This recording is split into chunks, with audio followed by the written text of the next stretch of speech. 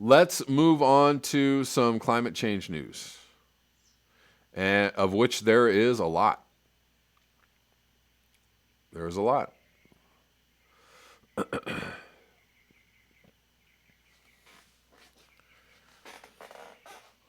Um,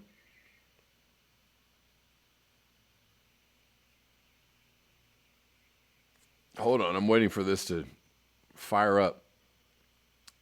This is tweeted at me on Twitter from Yellow Vest News. This is hold on. Arg. Everything moving slowly. And I don't know why. Hold on.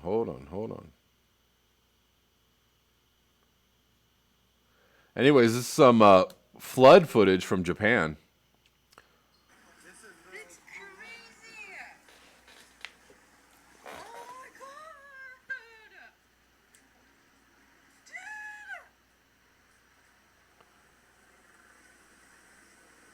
Or is it? Hold on.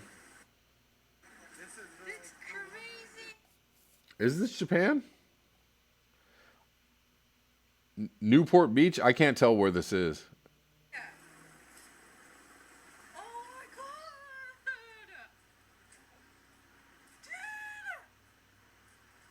Well, now I'm confused about where this is. So,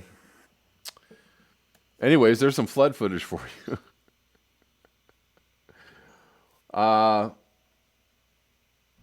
There's some flood footage for you. If anybody can verify where that's coming from, I don't know. I just got suddenly confused about where exactly that took place. Anyways, this is something that's a little more certain. This is from Ben C., also known as Climate Ben on Twitter. 90% of experts predict plus 2C rise in temperature. 64% project catastrophic 3 to 7C by 2065 to 2095. And some people might call that conservative. New climate models, and maybe these are the models that I was talking about yesterday. New climate models show 2C by 2038 to 2050. And that is, a lot hotter, a lot faster than people thought. 2C is catastrophic for basic crops, wheat and corn. And I'll show you this graph here. Again, they're really, really, really trying hard to downplay the severity of where we're at right now. So, here supposedly we're at like, I think this is under, oh, I see. Under 1C. They have us at under 1C right now. Yeah, which is really pushing it on the whole propaganda thing, because we're pretty much firmly at 1C, and a lot of people would say that we're more like 1.35 or 1.5 or even over 1.5. Some people suggest we're at 1.6 or more. Anyway, so they're telling us here that this is where we're at. I'm still a little confused about this graph, though. Anyways, future scenarios, right? This is, emissions don't peak, which puts us at like just above 2C at 2100. This is laughable. So why they chose this, very gradual line here going forward into the future? Why they chose that line? They didn't really want to show you any kind of hockey stick kind of situation. They were very careful in this graph to not show you any kind of like, whoops, here we are now. Oh, here's 2040. Whoops-a-doo. Even they didn't show you a model that says, they didn't actually show you the 3 to 7C by 2065. So that would be way up here. That would be like, whoop. Nope, we can't show you that, but we want to show you these really nice, maybe we'll avoid getting to 1.5 here if we follow the Paris Climate Agreement. Snooze. Snooze. And then this is, your radical scenario. Radical emissions cuts. All right, happy day there. Well, I guess we're seeing some, more, some faster rise in these like light blue lines here, but still, here's 3C by 2060-ish. Yeah, but none of the other, like, maybe 2C by 2030, nothing here. 2C by 2042, so whatever. Just always erring on the side of, it's not going to be that bad, guys. It's not going to be that bad. Let me see. Osama, graph is log, not linear. Okay. Well, I'm just saying, like, they're not doing a,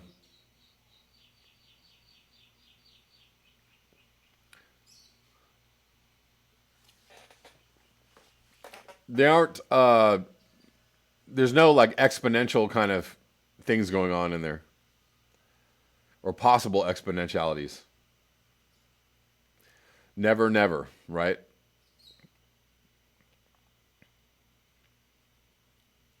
Had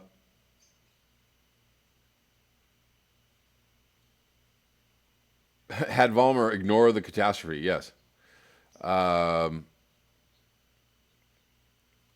Yeah, they're erring on the side of caution because it's scientific, but at some point you have to kind of break out, the whole idea, the whole concept that maybe we're on the wrong track, or maybe the more severe climate temperature rise tracks, might actually be more, more likely in play than not.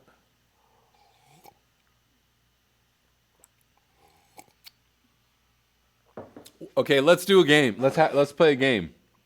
What year do we see 2C? And here's an addendum to the game. Would they tell us if we actually reach 2C? Would the powers that be actually admit that we're already at 2C when we get there? I'd like to see some answers. Thanks, Troy McDermott. Happy 4th to you.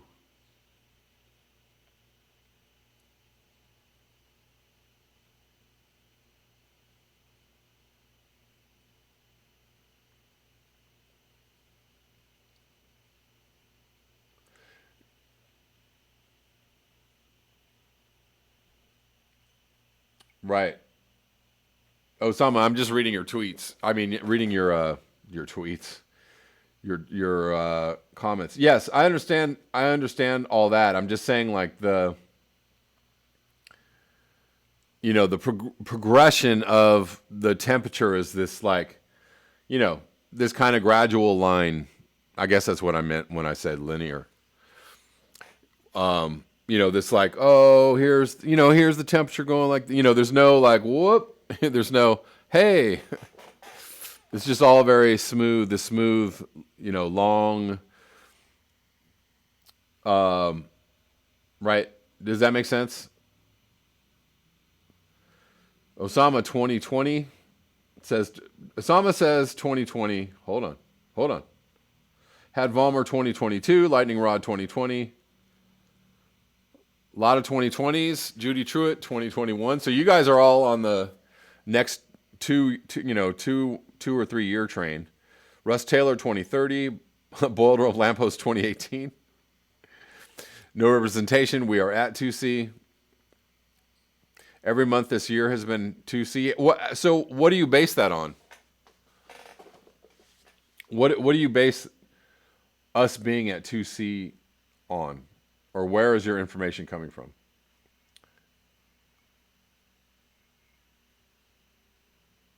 $17.50 baseline. Contemplative Pragmatist 2026. That's not very pragmatic of you, contemplative pragmatist. I can't even get your name out. Poppy Davis 2025. Regional warming above 2C, that's the issue. Well, sure. Okay. So, granted, I'll give you that one. We're seeing lots of 2C warming in certain areas. But on a global level,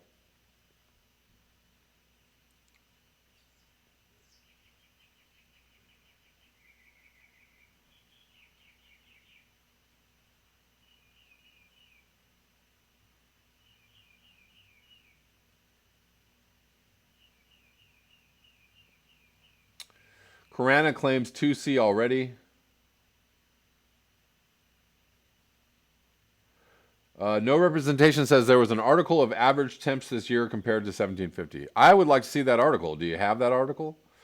Do you have a link? Because I'd like to check that out.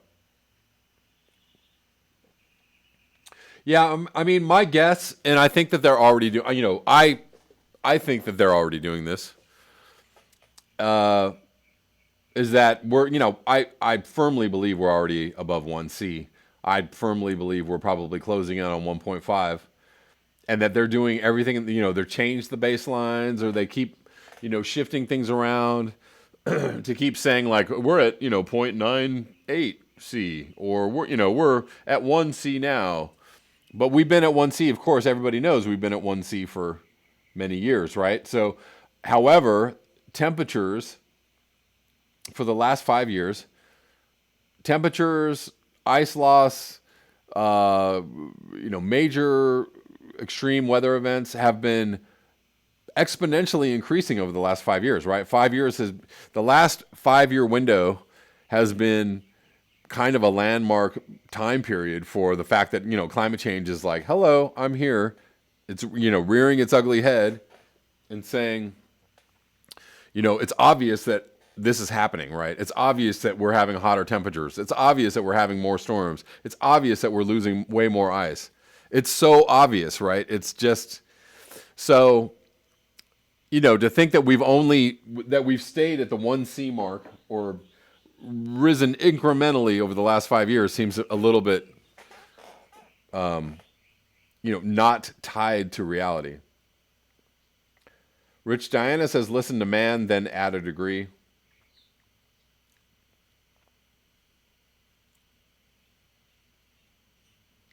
Saul Goodman, what's up?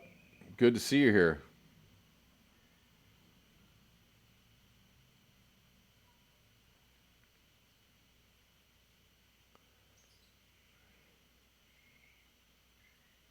George Sacrocletes, how you doing? Given what is at stake, which is everything, we should be assuming the worst. This is what wise planners do. Yeah, I and I would agree with that. Assume the worst. Assume, we're already going over the falls, if you will. Or that it's in the very near future. Plan for the worst, hope for the best. I actually think that they're not going to tell us when we reach 1.5 or 2C, or if we're already there. They're really trying hard not to let people know that.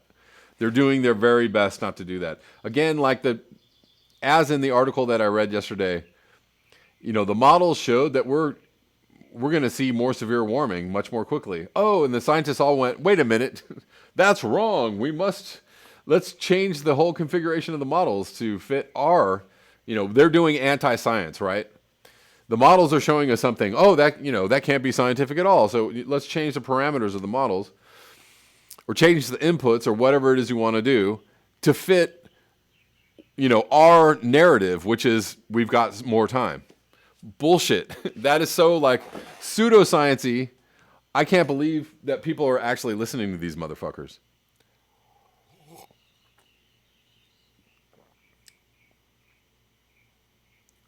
So if you know that they're doing stuff like that, then you know that they're willing to, hide the actual data or the real temperatures from you, as much as they can.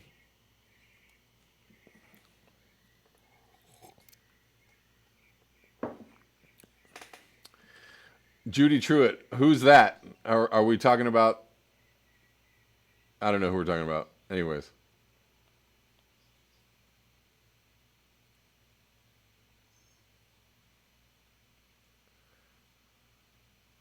Saul is a bad man. Okay. Well, anyways, very good. Let's move on. Uh, huh. This. So when I talk about transforming our entire society into something that might actually fight climate change, this is really great. This actually kind of warmed my heart a little bit to see on Twitter today. Zephyr Teachout asks, in your view, what does a moral economy look like?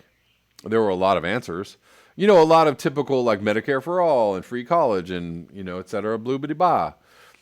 But this one human named Dissident said the means of production of goods and services is worker owned, managed, and decentralized. States and the Senate are abolished. Eco zones established. I said the winner. This was the winner. If you are taking climate change as it stands into account, this is what we do to the economy. This is what the Green New Deal should look like, right? Not, building infrastructure and increasing operation efficiency for appliances. No, it doesn't look like that. What it looks like is a total dissolution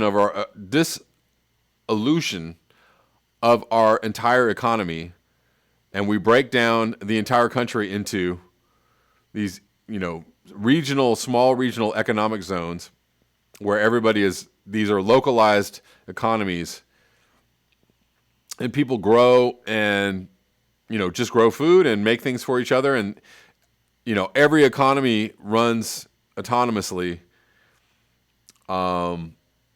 Yes, everything is ultra localized.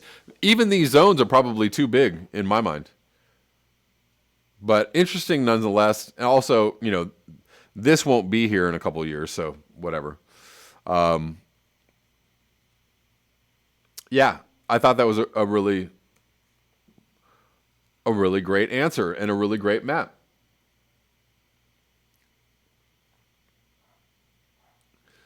Let's move on since we're getting late in the video.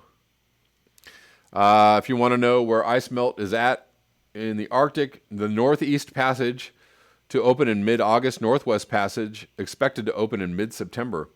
We're just going to look at a little graph here. So this is shipping routes open because sea ice is no longer there, or broken up enough to allow ships to travel through. And you can see the Northeast Passage has been open for several years. And this should indicate, again, that we are in a higher trend of warming. And it's going to be open this year for quite a while. In 2020, Northwest Passage has been open as well. Some years it has not been open in recent years. And it will be open again this year for a little bit of a shorter period. But yes, this is just kind of giving you an overview of where the ice is going. Arctic sea ice trends 2020 in an average year. Sea ice in the Arctic Ocean reaches its peak surface area in February or March and its smallest area in September. This year's annual peak sea ice area was recorded in March, reaching a maximum of 14.4 million square meters, the largest since 2015. Sea ice is currently in a declining phase due to melting, and as of June 27th, covers 9.24 million square kilometers. Yes. So we had a decent peak, but we also have high temperatures in the Arctic leading to melt. And here we are here. We're actually, they're predicting that it won't be as low as 2012. However, we are in line right now with 2012. So if the high temperatures continue, more melt to come.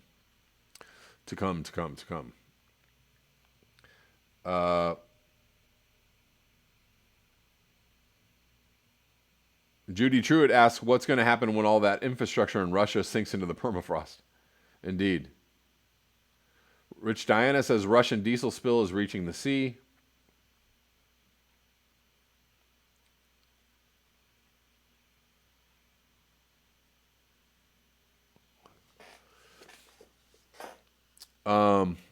Let's move on because it's getting, again, very late. This is what I wanted to talk about today. The affluent are consuming the planet to death. And we already know this, of course. But let's get into this article. This is from June 23rd. A study argues that it is not enough to invest in green technologies. Really. The world's affluent must stop over-consuming. And I think, obviously they're talking about rich, but on a global scale, people that live in first world countries are all affluent. Like if you live in the United States, all of us live at a very high level of affluence and consumption. So, yes, the rich are really good at consuming resources, but we also help just by the fact that we live where we live.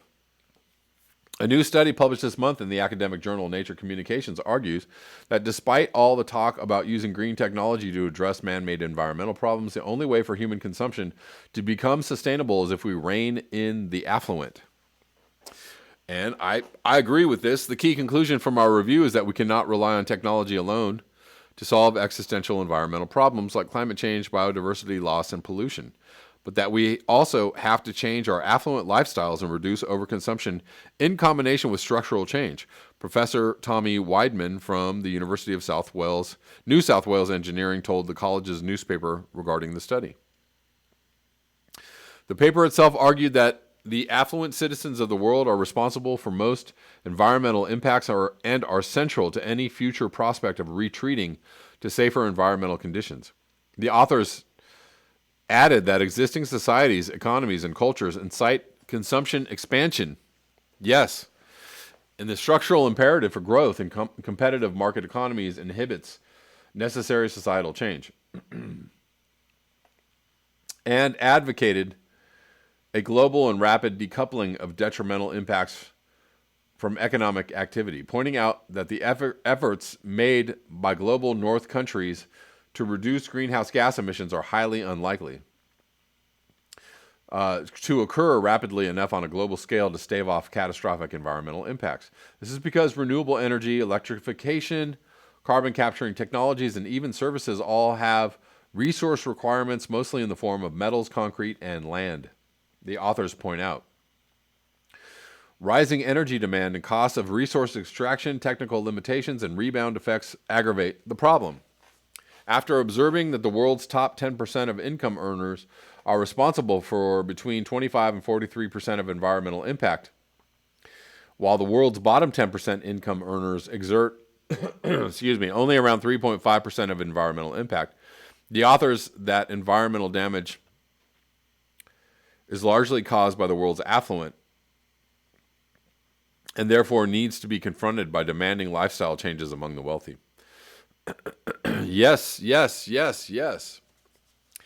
We must reverse the entire narrative that you can have anything you want, you can do anything you want, especially if you have enough money. If you earn the money you deserve to buy that Range Rover or buy that fourth car or have that car collection or fly anywhere you want or have that private plane or have a gigantic mansion with, a pool or have 4 mansions or 6 mansions or 3 yachts. The idea that you get to do that has to go away. Has to go away. And if that sounds communistic of me, well, it's actually more environmentally aware of me, but that kind of wealth should not be allowed to damage the earth. In other words, the world's poorest have a negligible effect on overall environmental devastation. And this is important in the discussion of overpopulation because, yes, again, the large share of the impact on resources and destruction of the earth actually come from wealthy nations. But however, all of that wealth you know, and resource destruction kind of flows out over to the rest of the globe. And it not only, it keeps the rich alive, it also keeps the poor alive on some level too. And keeps the poor, kind of wanting to join our level standard of living, or, our first world way of life, right? Everybody wants to live like we do. That needs to be stopped, dismantled, and reversed.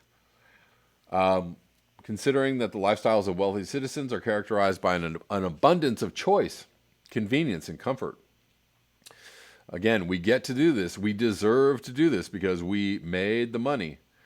We earned the money or inherited the money or whatever it is. We have the money. We deserve to do this. We argue that the determinant and driver we have referred to in previous sections as consumption is more aptly labeled as affluence. The authors point out they advocate reducing, avoiding, or reducing consumption until the remaining consumption level falls within planetary boundaries while fulfilling human needs. With the wealthy abstaining from purchasing overly large homes and secondary residences, large vehicles, excessive quantities of food, and engaging in leisure activities that require a great deal of flying and driving.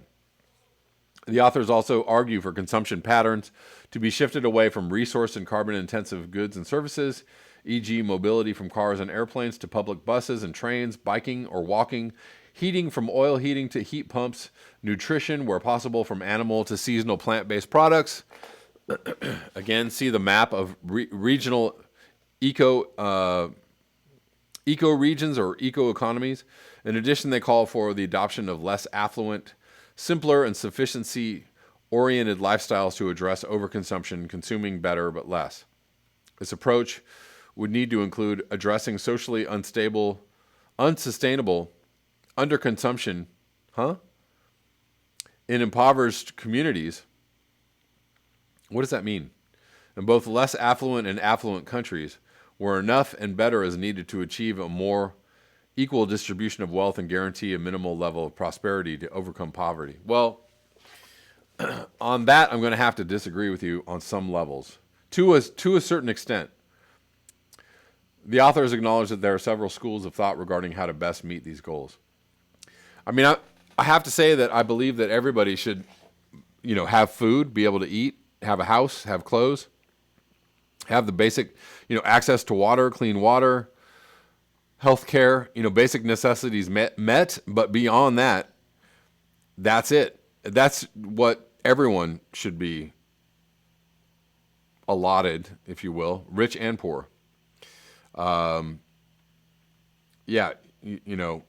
The idea of disposable income, or having enough income to, enjoy all these consumer products that are readily available out there,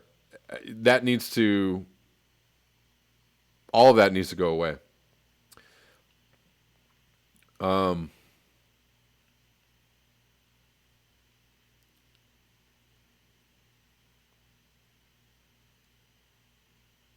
So yeah, and there's no reason why we cannot care for or take care of, people of the planet on that level of the basic level of food, housing, medical care, and clothing. But, beyond that, we have to greatly re-influence people against being able to buy anything that you want to buy or go anywhere you want to go or have anything you want to have. And I doubt that people are going to want to do this voluntarily. So you're going to have, I don't know how that's going to happen. I don't know how that's going to work out. It would be really great if we can convince a majority of the people of the world that the way that we live is wrong and that we all need to change the way we live. That would be wonderful if we could do that. However, I don't see that happening quickly enough. So on some levels, that's going to have to be mandated or enforced. I don't know. I don't know how you do that.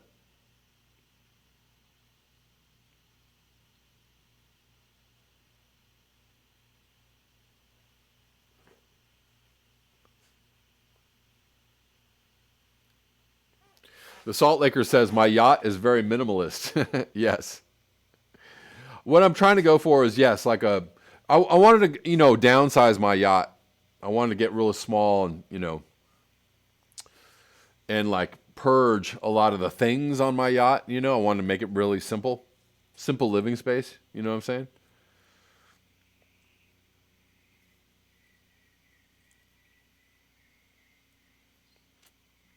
Anyways, the last thing I want to cover, but anyways, we all know this. Contemplative pragmatist says, you speak of utopia, Kevin. Well, I do. Yes, I do.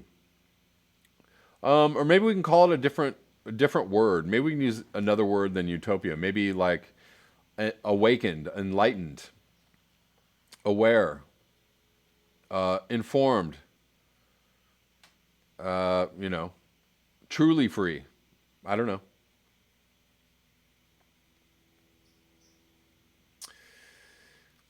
Let me go on to the last thing I wanted to cover.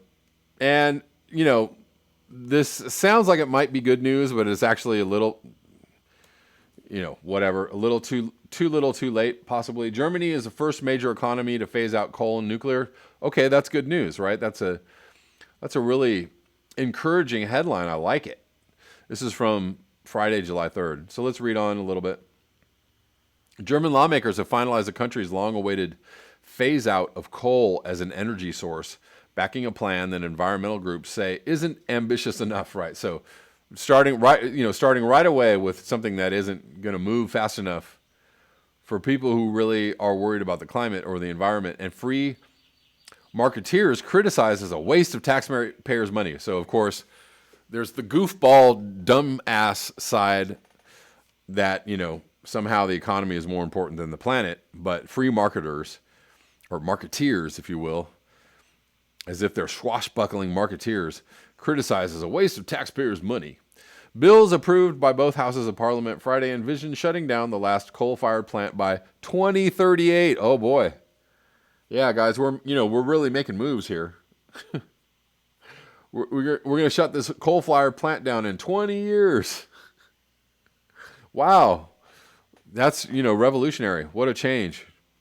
What a change that has finally come in 20 years. So they have a whole 20 years to go like, well, yeah, actually we can't really shut that one down. Sorry.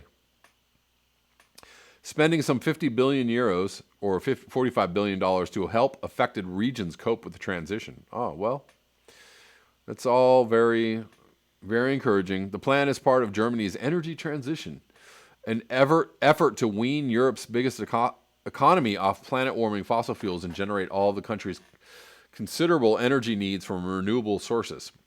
Well, let's see if they can actually do that. Achieving that goal is made harder in comparable countries such as France and Britain because of Germany's existing commitment to also phase out nuclear power by the end of 2022. So that is actually really great. I'm gonna have to give Germany a round of applause on this one. 2022, good stuff. They should be phasing out coal by 2022. Immediately. It needs to happen immediately. But anyways, they're doing it with nuclear. That's good news. The days of coal are numbered in Germany. Environmental Minister Svenja Schultz, said Germany is the first industrialized country that leaves behind both nuclear energy and coal. Greenpeace and other environmental groups have staged vocal protests against the plan, including by dropping a banner down the front of the Reichstag building Friday. They argue that the government's roadmap won't reduce Germany's greenhouse gas emissions fast enough to meet the targets set out in the Paris Climate Accord. Well, that is a very good point to bring up, because if you're not even going to meet the Paris Climate Accord, which is completely toothless and not fast enough already, then you're not really doing much, are you? Germany, the country that burns the greatest amount of lignite coal worldwide, will burden the next generation with 18 more years of carbon dioxide.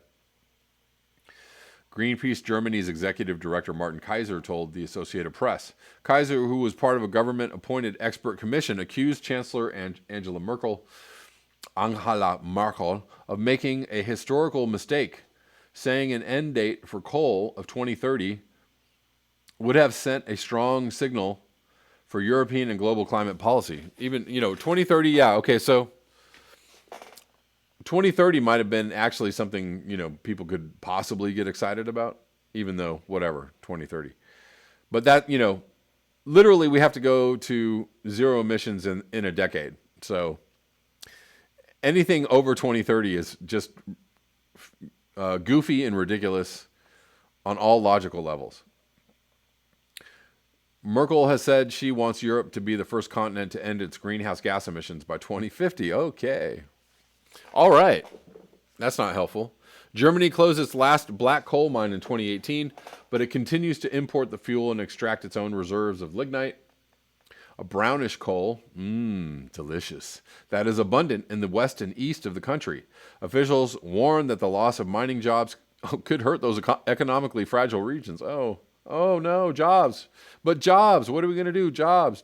What about jobs? Though efforts are already underway to turn the vast lignite mines into nature reserves and lakeside resorts. What about crops, fields, plants, vegetables, permaculture, growing things, people living off the earth? What about that? Jobs, stop talking about jobs. People need to talk about farms. Farming their food and living off the land and living very simply, that is the answer. Not jobs. Schultz, the environment minister, said there would be a regular government review to examine whether the end date for coal can be brought forward. So there you go, right? He's talking about bringing it forward, but I would say that the regular government review would be used to go, guys, I don't know if we're going to make 2038. She noted that by the end of 2022, 8 of the country's most polluting coal-fired plants will have already been closed. All right. That's some progress. I'm not going to totally, piss on everything that they're trying to do. I think they're trying. It's just not enough, obviously. Environmentalists have also criticized the large sums being offered to coal companies to shut down their plants. A complaint shared by libertarians such as Germany's opposition-free Democratic Party. All right, well, we'll take that as kind of good news or kind of good or bad news. I don't know. Anyways, guys, if you can, thank you for being here. If you can like up the video before you leave. And if you're new to the channel, please remember to subscribe. Yes, lightning rod. Dumb acidness is one of my favorite words. Use it freely. Spread it around. Spread the love. Hey guys, please remember to like, share, and subscribe. You can also support the channel at the links below. PayPal, Square, and Patreon. Also, all of my live streams are available for listening on Patreon if you happen to miss them during the day. So you can sign up for my Patreon for as little as $1. If you want to go check out the live streams, they are all there. Thanks a lot.